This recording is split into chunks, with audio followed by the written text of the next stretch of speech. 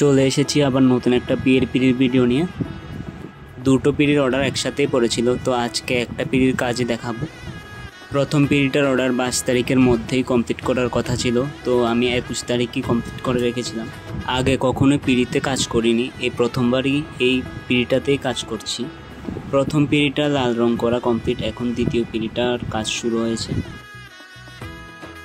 প্রথম পিড়ির কাজ করছি, তো অনেক ভালোই লাগছিল কাজটা করতে। দুটো পিড়ির মধ্যেই লাল রং করা কমপ্লিট, এখন শুকোতে দেব। রং শুকিয়ে গেছে, অনেকক্ষণ পরই আমি ডিজাইনটা করা শুরু করলাম।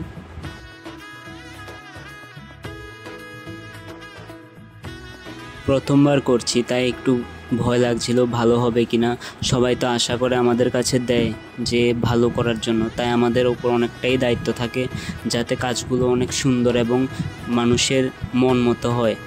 তাই অনেকটাই চেষ্টা করছি যাতে সবার কাছে ভালো লাগে কাজটা। এইখানে আমি রং করছি আর ওইখানে আমার ভাগ্নি আমার ফেব্রিকের মুখটা খুলে সবগুলো রং ফেলে দিয়েছে। সমস্যা নেই, বাড়িতে বাচ্চা থাকলে এগুলো হতেই থাকে। ডিজাইন একবার করছি আর 10 বার দেখছি ভালো হচ্ছে কিনা, ঠিকঠাক হচ্ছে কিনা। সবাইকে বারবার জিজ্ঞেস করছি ঠিকঠাক হচ্ছে কিনা, ভালো হচ্ছে কিনা, সুন্দর লাগছে। কোনোখানে ভুল হলে অবশ্যই সেটা আপনারা জানাবেন। সাইডের ডিজাইনগুলো প্রায় কমপ্লিট হয়ে এসেছে।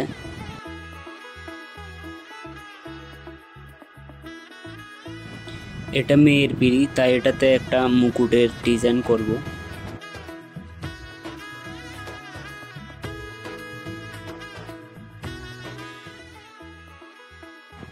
একটা পিড়ি কমপ্লিট, এখন শুধু বার্নিশ করা বাকি আছে, যেটা দুটো কমপ্লিট হলে তারপরে একসাথেই করব।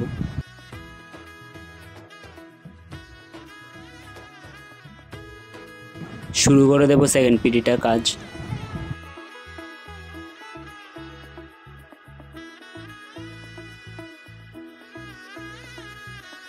যা গরম পড়েছে তাই কাজ করতে করতে একটু চকোবার খেয়ে নিলাম।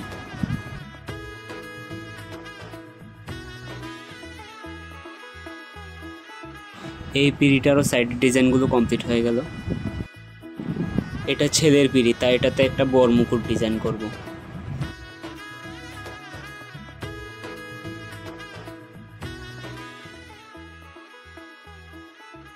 এই পিড়িটাও ডিজাইন করা হয়ে গেছে, এখন পালা দুটো পিড়ি একসাথে বার্নিশ করার।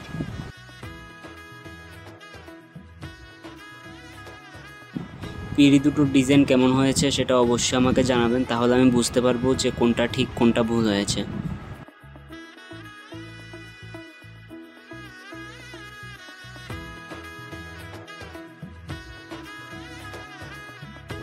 বার্নিশ করা শুরু করে দিলাম, আর বার্নিশ করার পর দেখবেন কেমন লাগছে।